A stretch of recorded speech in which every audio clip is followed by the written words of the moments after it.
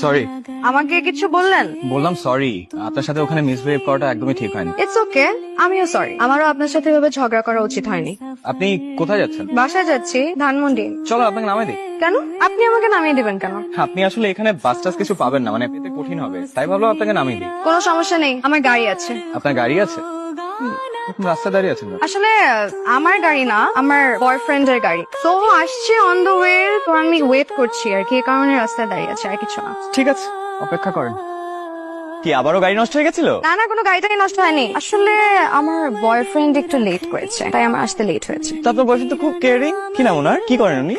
ব্যবসা ব্যবসা করেন, বিজনেসম্যান, বুঝলেন? Group of company. আচ্ছা, আপনার এক্স গার্লফ্রেন্ড কি নাম জানো ওনার? নীলা। কেন? নীলা? নীলা তো আমার এক ফ্রেন্ডেরও নাম। আমার কোনো ছবি আছে, দেখি। আরে এই নীলা, ও তো আমার ফ্রেন্ড, আমার খুব ক্লোজ ফ্রেন্ড, বুঝলেন? আপনি আগে বলবেন না? কেউ ওকে চেনেন? হ্যাঁ, আমার খুবই ক্লোজ, গত পরশু দিনও দেখা হয়েছে। হ্যাঁ, ধরেন, আগে বলবেন না?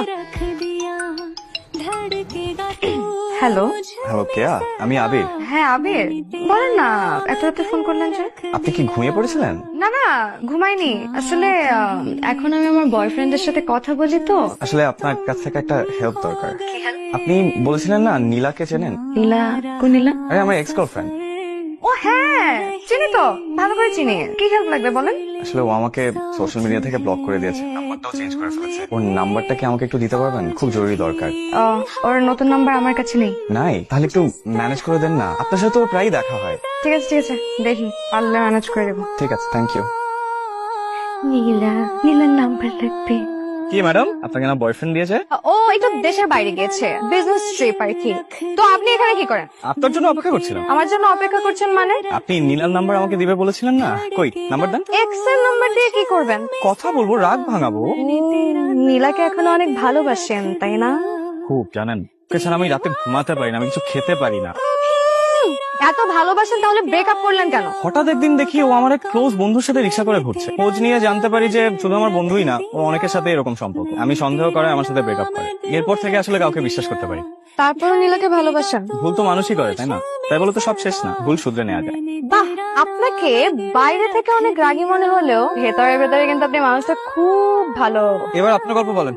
আমার আবার কিসের গল্প? আমার কোনো গল্প নেই। তাহলে বয়ফ্রেন্ড নিয়ে বানিয়ে বানিয়ে গল্প কেন বলেন? আমি কোনো বানিয়ে বানিয়ে কথা বলিনি, আমার বয়ফ্রেন্ড আছে। না ম্যাডাম, নেই। আমি আপনাকে বললাম না আমি কাউকে বিশ্বাস করি না, আপনার ব্যাপারে খোঁজ নেওয়া হয়ে গেছে। পরিবারে গার্জিয়ান বলতে মা ছাড়া কেউ নেই, তার উপর একটার পর একটা বিয়ে ভেঙে যাচ্ছে। তার প্রতি সমাজের দৃষ্টিভঙ্গি একটু আলাদাই হয়, সবাই সুযোগ নেওয়ার চেষ্টা করে। আরে আপনি এখানে? আপনাকে নিতে আসছি। কেন? ঘটনা কি? আপনার আমাকে নীলার নাম্বার দেওয়ার কথা ছিল না, দিলেন তো আর না। দিব, কিন্তু আমার একটা শর্ত আছে। আপনি রোজ এভাবে আমাকে নিতে আসবেন এবং দিতে আসবেন। রাজি? ডিল। ডিল। চল। हाँ कमी है तेरी